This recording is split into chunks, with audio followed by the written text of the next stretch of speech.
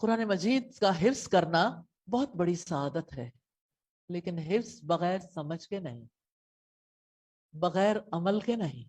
قرآن کریم کو حفظ کرنا بہت بڑی عبادت ہے، لیکن جب کوئی بڑا حفظ کرتا ہے یا کوئی بڑا ہو کر حفظ، یعنی جس نے حفظ کر لیا وہ ضبط رکھتا ہے، تو اللہ کی رضا کے سوا کوئی اور چیز اسے اس عمل کے لیے مستقل مجبور نہیں کر سکتی۔ تو جو شخص اس کے ذریعے اللہ تعالیٰ کی رضا چاہتا ہے، آخرت کا ثواب چاہتا ہے، تو اس کو اجر ملتا ہے، اور اس کے بغیر کوئی اجر نہیں ہے۔ تو حافظ قرآن کو چاہیے کہ قرآن مجید کو حفظ کرنے کے عوض دنیا کی تمنا نہ کرے، یعنی اس سے وہ اسے دنیا کی کمائی کا ذریعہ نہ بنائے، کیونکہ قرآن مجید یاد کرنا کوئی ایسی چیز نہیں ہے جس کی وجہ سے دنیا میں اپنی مارکیٹنگ کی جائے۔ لوگ حافظ کہلوانا چاہتے ہیں، حفظ کی وجہ سے عزت کروانا چاہتے ہیں، اور حفظ کی وجہ سے مارکس بھی لینا چاہتے ہیں۔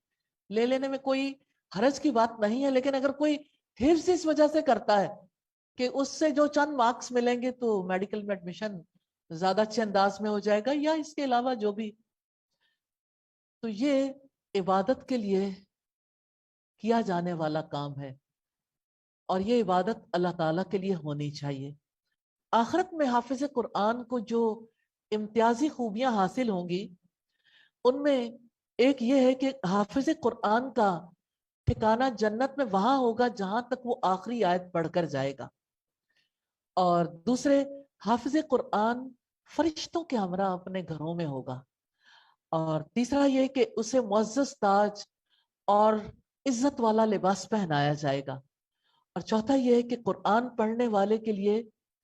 قرآن اللہ تعالیٰ کے ہاں شفاعت کرے گا۔